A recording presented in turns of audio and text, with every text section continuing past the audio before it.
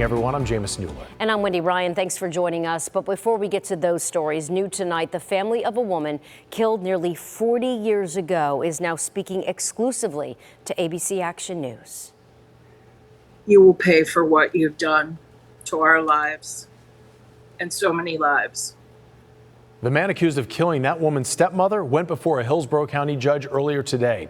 This is a story we've been following since U.S. Marshals arrested Donald Santini in San Diego 2 weeks ago. He was accused of the 1984 murder of Cynthia Wood. Our in-depth reporter Rochelle Aline joins us now in studio tonight after speaking with Wood's family about where the case now stands. Rochelle? The family tells me this is a case that has haunted them for decades, and tonight they're sharing their story after hearing that there's a chance Santini could be granted bond.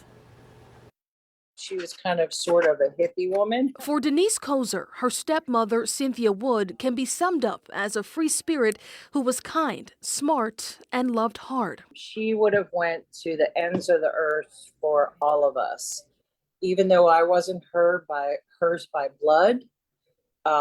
But just growing up with and around her, we were a family. But Kozer says that love was snatched away when Wood was murdered in June of 1984.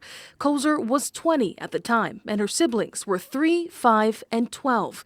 And she says the impact of that loss was devastating. My siblings really didn't get the full life with her, which angers me. According to the Hillsborough County Sheriff's Office, a then 33-year-old Wood was strangled and left in a ditch in Riverview by a man named Donald Santini.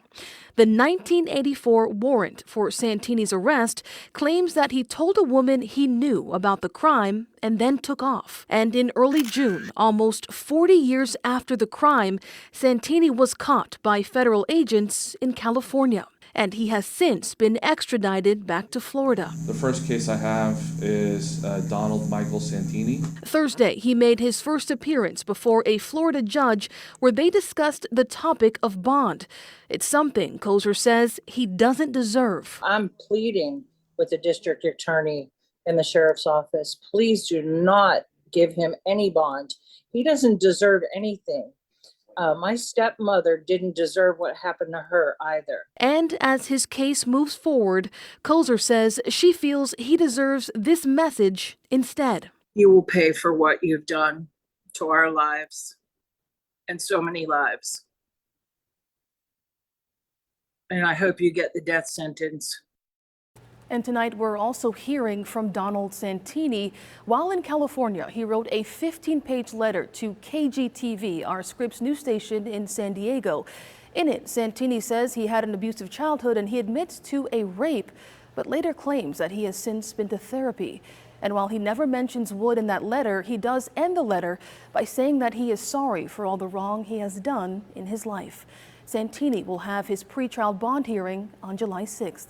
In the studio, Rochelle Aline, ABC Action News.